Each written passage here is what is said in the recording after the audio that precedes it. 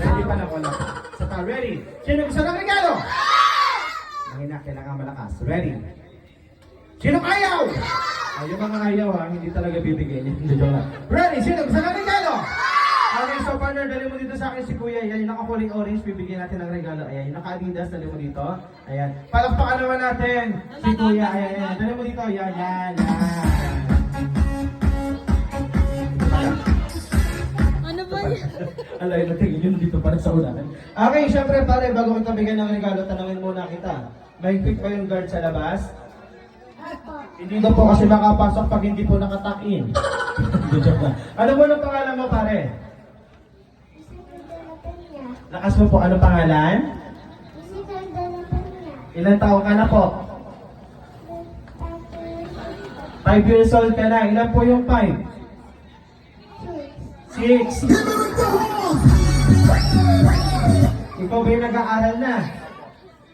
Saan ka po nag-aaral? Sa elementary. Okay. So ano ba gusto mo maging paglaki? Gusto mo maging isang?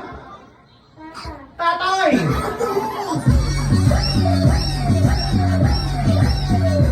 Kanino pong anak to?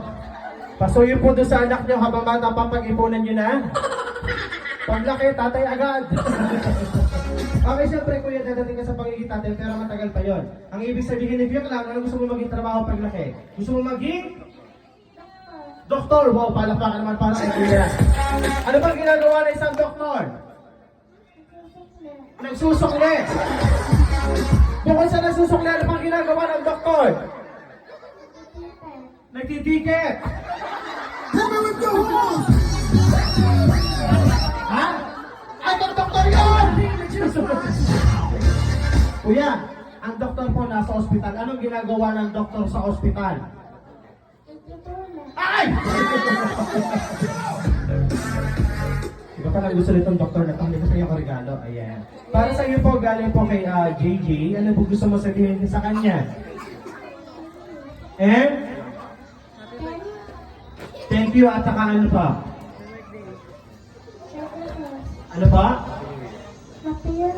Happy New Year! Happy New Year, Samir. Opo ka na nga. Ako ano pa masabi. Ayan. Okay, ganito. Para na